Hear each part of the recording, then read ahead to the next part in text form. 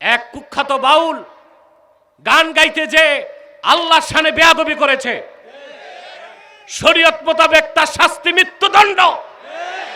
তা তো হয় নাই, জেলে নিছে। তাতি ফরহাদ মজহার আলেমদের হুমকি দেয়, সে দেখে নিবে। আমিও বলেছি ফরহাদ, আমরাও দেখে নিব। যে তৌহিদি জনতাকে ভয় পাও, তারা যদি খেপে যায়, তোমার মতো ফরহাদের দাড়িগুলো কোদাল দিয়ে চেষে জুতা পেটা করে বাংলাদেশ থেকে বের করে দিবে বাংলাদেশের মুসলমান।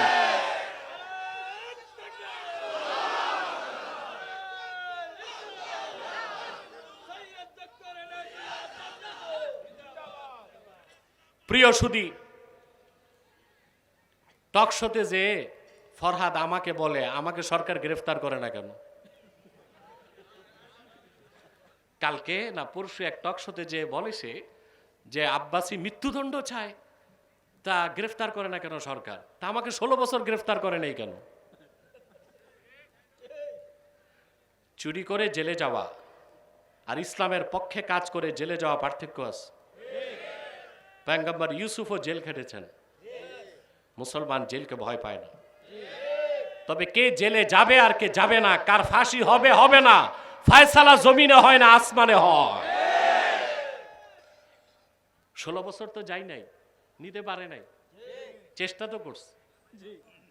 এখন কেউ চেষ্টা করতে পারে, নিতেও পারে, তাতে আমি বিচলিত নই।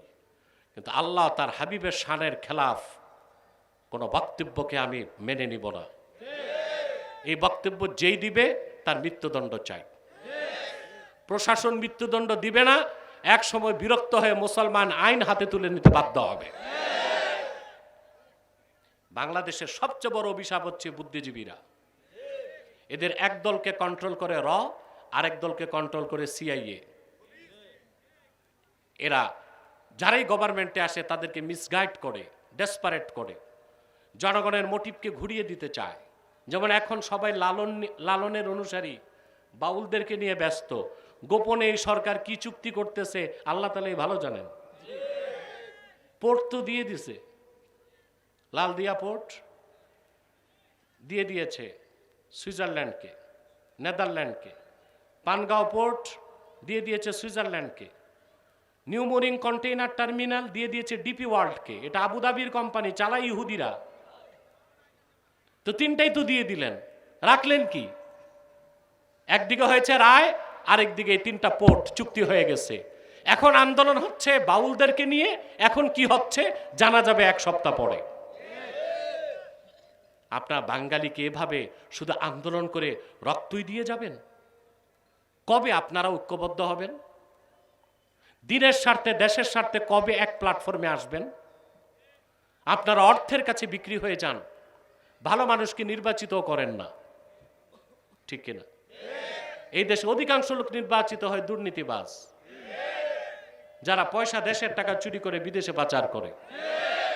আগে যারা ছিল 16 বছরে এত টাকা পাচার করেছে, আপনাদের প্রত্যেকের মাথা পিছু ঋণ এখন 1,07,000 টাকা।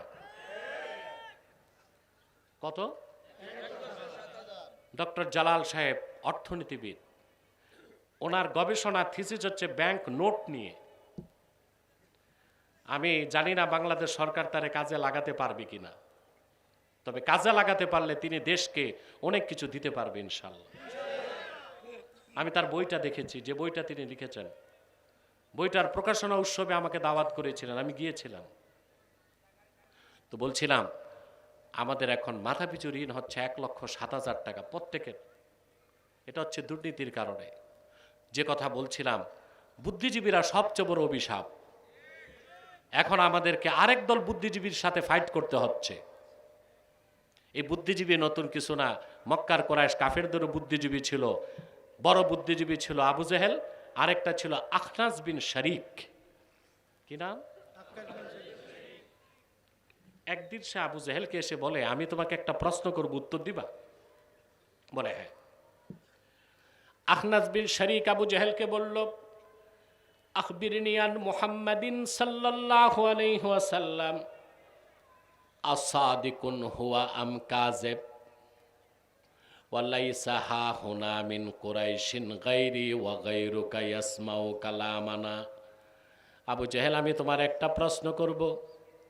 এখানে আমি আর তুমি ছাড়া কুরাইশদের কেউ নাই, আমাদের কথা শুনবে। তোমার কাছে জানতে চাই, মুহাম্মদ সাল্লাল্লাহু আলাইহি ওয়াসাল্লাম তিনি সত্যবাদী কিনা বলো। আবু জেহেল জবাব দিল, ওয়াইহাকা ওয়াল্লাহি আন্না মুহাম্মাদান সাল্লাল্লাহু আলাইহি ওয়াসাল্লাম লা সাদিকুন ওয়া মা কাযাবা মুহাম্মাদুন সাল্লাল্লাহু আলাইহি ওয়াসাল্লাম কাত্তু। কাবার মালিক আল্লাহর কসম, আমি আবু জেহেল সাক্ষী দিচ্ছি, কাবার মালিক আল্লাহর কসম, মুহাম্মদ সাল্লাল্লাহু আলাইহি ওয়াসাল্লাম মহাসত্যবাদী।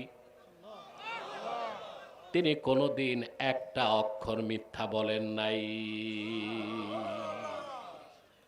এ ছিল আবু জেহেলের স্টেটমেন্ট। ঈমান আনছে? সত্য কি চিনছে? কিন্তু ঈমান আনতে, কারণ হেদায়েত দুই প্রকার, একটা হচ্ছে হেদায়েতের পথ দেখা, আরেকটা হচ্ছে হেদায়েতের পথে চলতে পারা। বলেন সুবহানাল্লাহ।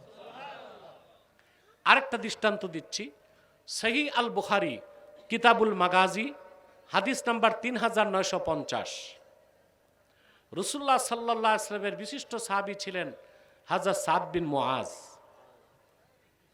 ওনার সাথে বন্ধুত্ব ছিল মক্কার আরেক জালেম কাফেরের, তার নাম ছিল উমাইয়া ইবনু খালাফ, যার উপাধি ছিল আবু সাফওয়ান।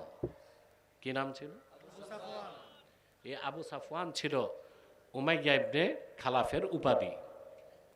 মদিনা মুনাওয়ারা থেকে হযরত সাদ যখন মক্কায় আসতেন, হিজরতের পরে মক্কা বিজয়ের আগে এসে তার বন্ধু উমাইয়ার বাড়িতে উঠতেন।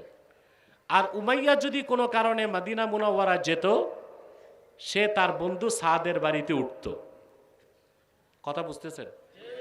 সাদ বিন মুআজ রাদিয়াল্লাহু তাআলা আনহু তিনি ওমরা হজ করতে আসলেন মক্কায়, হিজরতের পরে মক্কা বিজয়ের আগে। এখন তো ভয়ের বিষয়, কাফেররা দেখলে তো ওনাকে হত্যা করতে পারে। তিনি মদিনা মুনাওয়ারা থেকে মক্কা মুকাররমায় এসে হযরত সাদ বিন মুআজ উমাইয়া ইবনে খালাফের বাড়িতে উঠছে, বন্ধু, আর সে বড় নেতা, প্রোটেকশন দিবে। রাতের বেলা হযরত সাদ উমাইয়াকে বললেন, উনজুর লি সাআতা খালওয়াতিন লাআল্লি আন আতুফাল কাবা। তুমি আমার জন্য একটা খালি সময় দেখো, যখন কাবার চত্বরে কেউ থাকবে না, আমি চুপচাপ যে কাবাগর তোয়াফ করে আবার ফিরে যাব মদিনা মুনাওয়ারায়। ঠিক দুপুরবেলা উমাইয়া ইবনে খালাফ বলল, চলো, এখন সবাই ঘরে আছে, রোদ বেশি, তুমি তোয়াফ করে যেতে পারবা। যে কাবার চত্বরে গেছে, যে দেখে শয়তান আবু জেহেল দাঁড়ায় আছে। আবু জেহেল হযরত সাদকে দেখেই তার রক্ত মাথায় উঠছে। সে উমাইয়াকে জিজ্ঞেস করতেছে, ইয়া আবা সাফওয়ান মান হাযা মাআক। আবু সাফওয়ান, তোমার সাথে কে? চিনতেছে, কিন্তু দুশমনির কারণে পরিচয় দিচ্ছে না। বলে, সে আমার বন্ধু রাসূলুল্লাহর সাহাবী সাদ বিন মুআজ। তো তার সাহস হইল কেমনে মক্কায় এসে উমরা করা? যদি তোমার সাথে না থাকতো সে, আমি দেখতাম কি করে সুস্থ দেহে সে মদিনা শরীফ ফিরে যায়। মনে রাখবেন মুসলমান, মুমিন আল্লাহ ছাড়া কাউকে ভয়। এবার হযরতে সাদ বিন মুআজ বললেন, আবু জেহেল, তাহলে আমিও দেখে নিতাম কেমন করে তুমি মদিনা মুনাওয়ারার পাশ দিয়ে ব্যবসা করতে শাম দেশে যাও। আসতে বলে নাই, ধমকের সাথে বলছে। সুবহানাল্লাহ। আল্লাহর ইমানদার বান্দার হৃদয়টা হয় আকাশের মতো প্রশস্ত, ওখানে কোনো ভয় শঙ্কা থাকে না। সুবহানাল্লাহ। নেতাকে ধমক দেওয়াতে উমাইয়া ইবনে খালাফ ছিল সেকেন্ড ইন কমান্ড, আর আবু জেহেল ছিল ফার্স্ট ইন কমান্ড। নেতার মধ্যে গ্রেড থাকে না? কথা বলেন। এই যে এখন 5 তারিখের পর শুধু নেতা আর নেতা, নারায়ণগঞ্জে খুব উৎপাত, একটু পর পর মোটর সাইকেলের বহর। কে যাচ্ছে? হুজুর চিনবেন না, এটা হচ্ছে হকি স্টিক বল্টু। নামগুলো এরকম ইউনিক হয়। এই নেতাদের নামগুলো এরকম উদ্ভটি হয় এখন। তো পিছে কারা? বলে ওরা হচ্ছে কেউ উপনেতা, পাতি নেতা, ছাতি নেতা। আবু জাহেল ছিল ফার্স্ট ইন কমান্ড, উমাইয়া ছিল সেকেন্ড ইন কমান্ড। সাদ ধমক দিছেন উমাইয়াকে, খারাপ লাগছে কার? আবু জাহেলকে ধমক দিছেন, খারাপ লাগছে উমাইয়ার। উমাইয়া বলল, লা তারফা সাউতাকা আলা আবিল হাকাম সাইয়্যিদি আহলিল ওয়াদি। সাদ, তুমি এই উপত্যকার নেতা আবু জাহেলকে ধমক দিয়ে কথা বলো না। সাদ বললেন, উমাইয়া, আবু জাহেলকে বাদ দাও, তুমি কি তোমার খবর জানো নাকি? বলে, না, তা তো জানি না। সাদ বললেন, আমি রাসূলুল্লাহ নূরের জবান থেকে নিজের কানে শুনেছি, তিনি বলেছেন তোমাকে হত্যা করবেন তিনি। রাসূলুল্লাহর কথার প্রতি বিশ্বাস কি ছিল উমাইয়ার, যদিও সে কাফের ছিল। বলল, কি মক্কায় না মক্কার বাহিরে? সাদ বললেন, এটা রাসূলুল্লাহ বলেন নাই। এই কথা শুনে সে তার নেতা উমাইয়া, আবু জাহেল আর বন্ধু সাদ, দুইজনকে বাদ দিয়ে একটা দৌড় দিয়েছে বাড়িতে, যে তার বউকে ডাকতেছে, ইয়া উম্মা সাফওয়ান, সাফওয়ানের মা তুমি কোথায়? মানুষ বিপদে পড়লে মুসলমান ডাকে আল্লাহকে, স্বাভাবিক মানুষ ডাকে বাবাকে, আর কিছু আছে অতি ভক্ত মানুষ ডাকে বউকে, ঠিক না? মুমিন বিপদে পড়লে কারে ডাকে? স্বাভাবিকভাবে মানুষ ডাকে বাবাকে, ঠিক না? মাকে, আর কিছু মানুষ ডাকে বউকে। বউ তো দৌড়ে আসছে, কি হয়েছে তোমার? বলে, এই মাত্র আমাকে সাদ বলেছে মুহাম্মদ সাল্লাল্লাহু আলাইহি ওয়াসাল্লাম বলেছেন ওনার সাহাবীগণ আমাকে হত্যা করবেন। তো বউ একই প্রশ্ন করছে, মক্কায় না মক্কার বাইরে? বলে, এইটা তো রাসূলুল্লাহ বলেন নাই।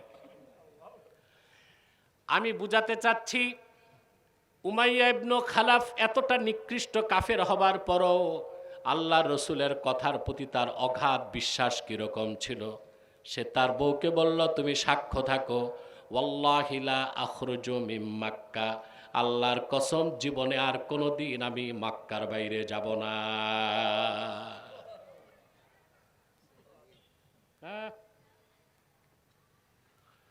আল্লাহর কসম আমি মক্কার বাইরে। রাসূলুল্লাহর কথার প্রতি বিশ্বাস ছিল? কথা বলেন, ছিল কাফের, কিন্তু রাসূলুল্লাহর কথায় বিশ্বাস ছিল। শুধু বিশ্বাস না, প্রবল বিশ্বাস। কিছুদিন পর শুরু হলো বদর যুদ্ধের দামামা। তা আবু জাহেল বাড়ি বাড়ি যে রিক্রুট করতে, আপনাদের কষ্ট হচ্ছে না তো? আমার ঘড়ি টড়ি নাই, আপনারা তো আওয়াজ টাওয়াজ দিচ্ছেন না। সময় কত? ইয়া আল্লাহ, 11টা 10:52। আপনার ঘড়ি আর ঘড়ি নাই, এ তো গোড়া হয়ে গেছে। 11টা বেজে গেছে, মানে আমি মাইক ধরছি 1 ঘন্টা হয়ে গেছে, আর 10-15 মিনিট ইনশাল্লাহ, ঠিক আছে? কথা তো শুনবেন। কথা বলার দুইটা নীতি, একটা হচ্ছে বেশি সময়ে কম কথা, একটা হচ্ছে কম সময়ে বেশি কথা। কোনটা লাভ? কম সময়ে বেশি কথা। আজকে আমরা সেই নীতিতে চলতেছি। আমাদের তো ঘন্টা দেখার দরকার নাই, কথা কি হলো তা দেখব। প্রিয় বন্ধুগণ, আবু জাহেল রিক্রুট করতেছে কে কে বদর যুদ্ধে যাবে। গেছে সেকেন্ড ইন কমান্ড, মানে তারপরের নেতার বাড়ি উমাইয়ার কাছে। উমাইয়া তাকে দেখে কলিজার পানি শুকায় গেছে, বলে, আমার শরীরটা ভালো না, আমি বদরে যাব না। কি কারণ বুঝছেন তো? আবু জাহেল ছিল দুর্ধর্ষ, চতুর এক ভণ্ড নেতা। ও পামপট্টি দিয়ে রাজি করায় ফেলছে। ঠিক আছে, দেখব। আবু জাহেল চলে যাবার পর উমাইয়ার বউ এসে বলছে, তুমি ভুলে গেছো মুহাম্মদ সাল্লাল্লাহু আলাইহি ওয়াসাল্লাম বলেছেন তোমাকে হত্যা করা হবে, যেটা তোমার বন্ধু জানিয়েছে সাদ। তো সে তার বউকে বলল, আবু জাহেল তো শয়তান মানুষ, ওর একটা বুঝ দিছে, আমি একটু বের হয়ে আবার ফিরে আসব। সহিহ আল বুখারী সাক্ষ্য দেয়, উমাইয়া মক্কা থেকে বের হলো, আর ফিরতে পারে নাই মক্কায়। আল্লাহ তারে বদর পর্যন্ত উপস্থিত করলেন। এই উমাইয়াই হযরত বেলালকে বছরের পর বছর নির্যাতন করেছিল। উমদাতুল কারিতে এসেছে, ফাকাদ্দারাল্লাহু কাতলাহু বিয়াদি বেলালিন মুআজ্জিনি রাসূলিল্লাহ। আল্লাহ তাআলা যেই বেলালকে বছরের পর বছর নির্যাতন করেছে, সেই বেলাল রাসূলুল্লাহ সাল্লাল্লাহু আলাইহি ওয়াসাল্লামের মুআজ্জিন বেলালের হাতেই মক্কার নিকৃষ্ট কুরাইশ নেতা উমাইয়া ইবনে খালাফের মৃত্যুকে নিশ্চিত করেছে। আমি বুঝাতে চাইলাম, সত্যকে চিনতে পারা এক বিষয়, সত্যকে গ্রহণ করা। দৃষ্টান্ত কয়টা দিয়েছি? সেজন্য আল্লাহ পাক বলেছেন, কুল ইন্নাল্লাহা ইউদিল্লু মান ইয়াশা। প্রিয় হাবিব মুহাম্মদ সাল্লাল্লাহু আলাইহি সাল্লাম, আপনি বলুন, নিশ্চয় আল্লাহ যার ইচ্ছা তারে রহমত থেকে সরায় দেন, তখন সে পথভ্রষ্ট হয়। আর যে ব্যক্তি বিনয়ের সাথে এগিয়ে আসে, আল্লাহ তারে হেদায়েত করে হেদায়েতের শেষ মঞ্জিলে পৌঁছায় দেন। এখন আল্লাহ কাদেরকে মায়া করে হেদায়েত দেন এটা জানতে হবে। কথা বলেন, হেদায়েত পাওয়ার চেয়ে বড় সফলতা আছে? কথা বলেন। আপনারা এত ওয়াজ শুনেন বাংলাদেশে, আরব বিশ্বের বাইরে দুনিয়ার কোথাও এত নসিহত হয় না বাংলাদেশে যত নসিহত হয়। তারপরও আনুপাতিক হারে আপনাদের মধ্যে সুদখোর বাড়তেছে, বেনামাজি বাড়তেছে, ঘুষখোর বাড়তেছে, কমতেছে। তার মানে যে ওয়াজ নসিহত হয় তার 10 ভাগের 1 ভাগ যদি আমল করতে পারতেন, আপনারা প্রত্যেকেই আল্লাহর ওলি হিসেবে স্বীকৃতি পেতেন। হেদায়েতটা কার হাতে? আল্লাহ কাদেরকে মায়া করে হেদায়েত করেন প্রশ্ন আসে না? আল্লাহ বলেছেন, আল্লাযীনা আমানু ওয়া তাতমাইন্নু কুলুবুহুম বিযিকরিল্লাহ।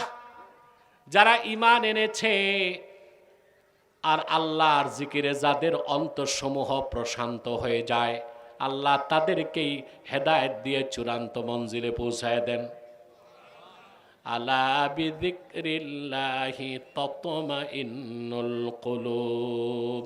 সাবধান, জেনে রেখো, নিশ্চয়ই আল্লাহর জিকিরেই একমাত্র মুমিনের অন্তর প্রশান্ত হয়। বলেন সুবহানাল্লাহ। কার জিকিরে?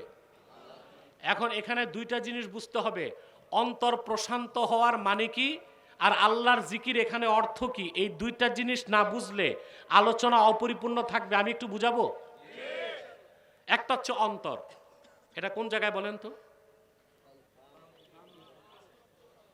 বাম বুকের 2 আঙ্গুল নিচে। কলব, কলব, কালব না। অনেক মৌলবী সাহেব দেখি বলে কালব। কালব মানে কুত্তা। উচ্চারণ কি হবে? কলব। এই উচ্চারণ ঠিক করতে হবে। বাংলাদেশে এক মাথা খারাপ বক্তা বলছিল কলব নাকি মাথায়। তখন আমি বলছিলাম, যে বলছে কলব মাথায় ওর মগজ হাঁটুতে। কলব হচ্ছে এখানে। কোথায়? সুবহানাল্লাহ। এটাই তো আসল। এটা কি? এটা আসল। দেখেন কিভাবে আসল। 2023 সাল পর্যন্ত মেডিকেল সায়েন্সের report, the vital organ of human body is brain. মানুষের দেহে সবচেয়ে জরুরি অঙ্গ হচ্ছে মাথা। 2024 সালের গবেষণা বলছে যে না, the vital organ of human body is heart. মানুষের দেহে সবচেয়ে জরুরি অঙ্গ হচ্ছে হার্ট। অথচ এই কথাটা আমার প্রিয় রসুল বলে গেছেন 1500 বছর আগে। তো বিজ্ঞান দিয়ে কোরআন হাদিস জাস্টিফাই হবে না কোরআন হাদিস দিয়ে বিজ্ঞান যাচাই হবে? আমার বিশ্ববিদ্যালয়ের ছাত্রগুলো পথভ্রষ্ট হয়ে যাচ্ছে।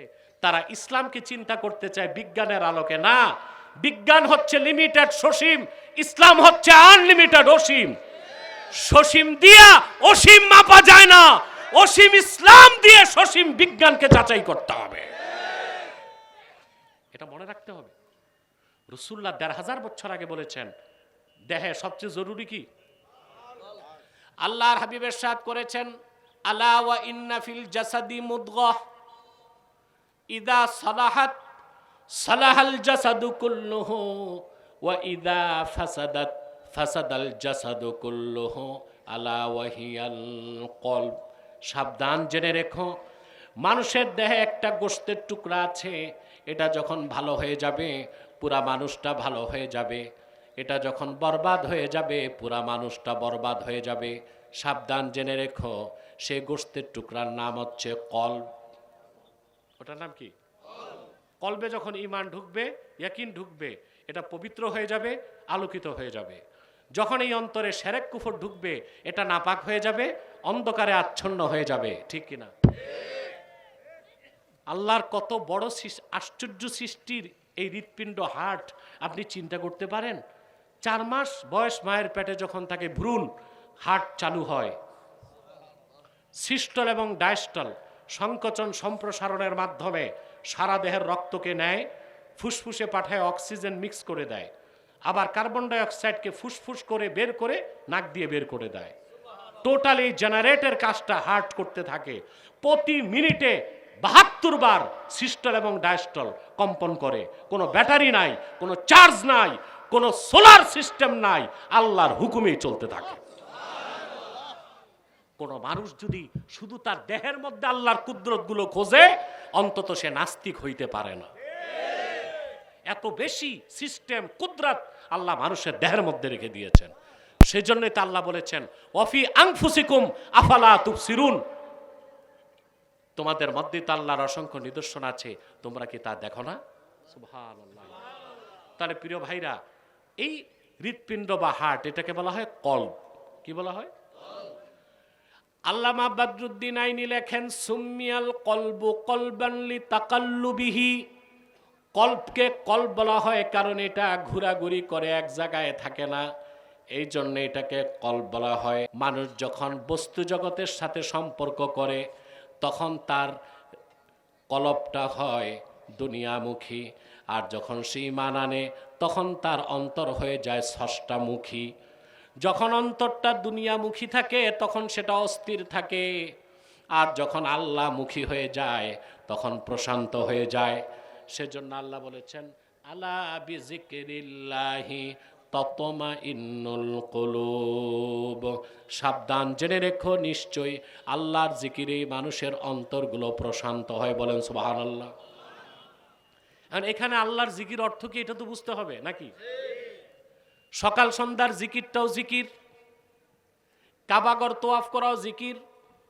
সকাল সন্ধ্যার জিকির জিকির হলেও নফল, কাবাগর তোয়াফ করা হাজিদের জন্য তোয়াফে জিয়ারাত, এটা ফরজ।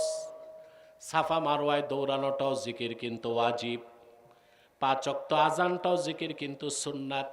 5 ওয়াক্ত নামাজটাও জিকির কিন্তু ফরজ।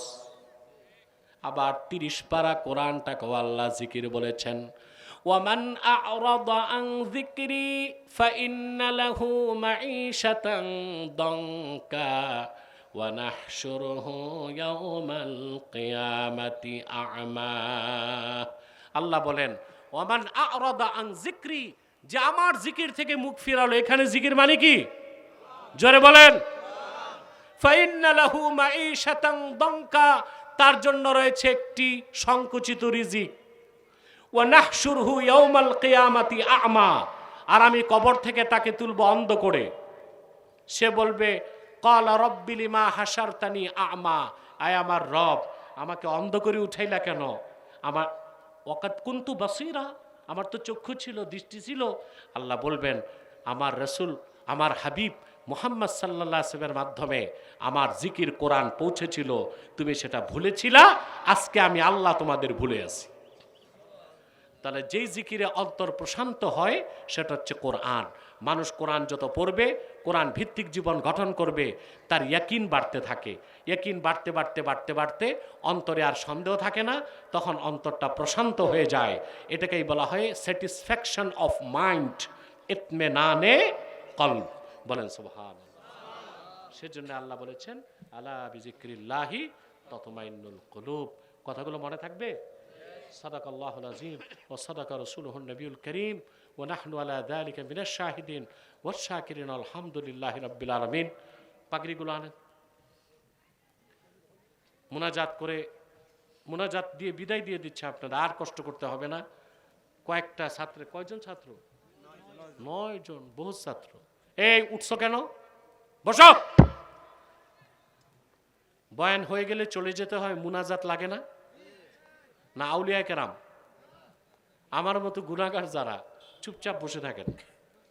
রব্বানা যালামনা আনফুসানা ওয়া ইল্লাম তাগফির লানা ওয়া তারহামনা লানাকুনান্না মিনাল খাসিরিন। আল্লাহ তাআলা রব্বুল আলামিন তাহফিজুল উম্মাহ হাফিজিয়া মাদ্রাসা কর্তৃক আয়োজিত আজকের মাহফিল ও দস্তারবন্দি অনুষ্ঠানে তোমার অসংখ্য জাকের শাকের নেককার বান্দা নিয়ে হাত তুলেছি। আল্লাহ, এতগুলো মানুষের মধ্যে যার দুটো হাত তোমার ভালো লাগে, তার দুটো হাতের বিনিময়ে আমাদের জিন্দেগির সব গুনাহ তুমি মাফ করে দাও। হৃদয়ের গভীর থেকে দোয়া করি আল্লাহ, তোমার আখিরি নবী নূর নবীজি আমার মুহাম্মদ মুস্তাফা সাল্লাল্লাহু আলাইহি ওয়াসাল্লাম আজ থেকে ১৫০০ বছর আগে দুনিয়ার থেকে বিদায় নিয়েছেন। হায়াতুন নবী হিসেবে জান্নাতুল ফেরদাউস রওজা মোবারকে বিশ্রাম নিয়েছেন। আল্লাহ, জীবনে একবার তোমার আখিরি নবী নূর নবীজি আমার মুহাম্মদ মুস্তাফা সাল্লাল্লাহু আলাইহি ওয়াসাল্লামের জান্নাতুল ফেরদাউস রওজা মোবারকে উপস্থিত হয়ে গো আল্লাহ, তোমার হাবিবের নূরের কদমে দরুদ ও সালামের হাদিয়া দেবার আগে আল্লাহ তুমি ডাক দিও না। আল্লাহ তাআলা একবার বা একাধিকবার যারা সোনার মদিনায় নূরের মদিনায় যেতে পেরেছি আল্লাহ, জীবনে বারবার তোমার আখিরি নবী নূর নবীজি আমার মুহাম্মদ মুস্তাফা সাল্লাল্লাহু আলাইহি ওয়াসাল্লামের নূরের শহর মদিনাতুল মুনাওয়ারা জিয়ারতের জন্য তাদের কপালটা খুলে দাও। হৃদয়ের গভীর থেকে দোয়া করি আল্লাহ, তোমার আখিরি নবী নূর নবীজি আমার মুহাম্মদ মুস্তাফা সাল্লাল্লাহু আলাইহি ওয়াসাল্লামের নূরের চেহারা মোবারক স্বপ্নে একবার দেখে গো আল্লাহ, জান্নাত ওয়াজিব হবার আগে তুমি ডাক দিও না। আল্লাহ, একবার বা একাধিকবার যারা তোমার আখিরি নবী নূর নবীজি আমার মুহাম্মদ মুস্তাফা সাল্লাল্লাহু আলাইহি ওয়াসাল্লামের নূরের চেহারা মোবারক স্বপ্নে দেখার সৌভাগ্য লাভ করেছে আল্লাহ, জীবনে বারবার দেখার জন্যে তাদের কপালটা তুমি জান্নাতি কপাল বানায় দাও। রব্বুল আলামিন, আমাদের অনেকের বাবা নাই, অনেকের মা নাই, অনেকের বাবা মা একজনও নাই। যত মানুষের বাবা মা দুনিয়ার থেকে বিদায় নিয়ে অন্ধকার কবরে চলে গেছে আল্লাহ, সকল মুসলমান বাবা মার কবরকে আল্লাহ তুমি জান্নাতের বাগান বানায় দাও। রব্বুল আলামিন আল্লাহ তাআলা এই মাদ্রাসার জন্য আর মাহফিলের জন্য যারা ধন দিয়েছে, মন দিয়ে খেটেছে, নৈতিক সমর্থন করেছে, সকলের ধনমনকে কবুল করে আল্লাহ মাহফিলটাকে তুমি নাজাতের জারিয়া বানায় দাও। পর্দার আড়ালে আমার যত মা বোন হাত তুলে বসে আছেন আল্লাহ, তাদের সবার দুঃখ কষ্টগুলো দূর করে দাও। তাদের প্রত্যেককে এক একটি সোনার সংসার তুমি হাদিয়া করে দাও। রব্বুল আলামিন, গুনার বোঝা কাঁধে করে হাত তুলেছি তোমার কোরআনকে সামনে রেখে, তোমার এতগুলো নেককার বান্দা নিয়ে আমি গুনাহগার হাত তুলেছি আল্লাহ, আমি সব প্রত্যেকের জিন্দেগির গুনাহগুলো মাফ করে আমাদের প্রত্যেককে তোমার অলির কাতারে জায়গা করে দাও। আল্লাহ তাআলা, মতলবের কলিজার টুকরা যুবকগুলোরে তোমার হাতে তুলে দিলাম আল্লাহ, আমার কলিজার টুকরা প্রত্যেক যুবককে খাঁটি ইমানদার বানায় দাও, সহি আকীদার ধারক বানায় দাও, আহলুস সুন্নাল জামাতের অনুসারী বানায় দাও, তাহরিকে খাতমে নবুয়ত বাংলাদেশের সৈনিক বানায় দাও। প্রত্যেককে আল্লাহ তুমি নামাজি বানায় দাও। যে যুবকের বেকার আছে তারে কর্ম দাও, যার ব্যবসা আছে ব্যবসায় বারাকা দাও, যে যুবকটা বিদেশ যেতে চায় তার স্বপ্ন পূরণ করে দাও।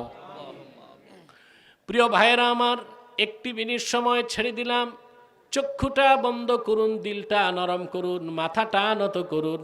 আল্লাহর আখিরি নবী নূর নবীজি আমার মুহাম্মদ মুস্তাফা সাল্লাল্লাহু আলাইহি ওয়াসাল্লামের ওসিলা ধরে আল্লাহর কাছে চান, যা চাইবেন তাই কবুল হয়ে যাবে। যদি পারেন ভাইয়েরা, সারা জীবনের গুনার কথা মনে করে মুনাজাতের মধ্যে মস্তকটা নত করে আল্লাহর কাছে ক্ষমা চান, 2 ফোঁটা চোখের পানি ছেড়ে দেন, তওবাও কবুল হয়ে যাবে, দোয়াটাও কবুল হয়ে যাবে।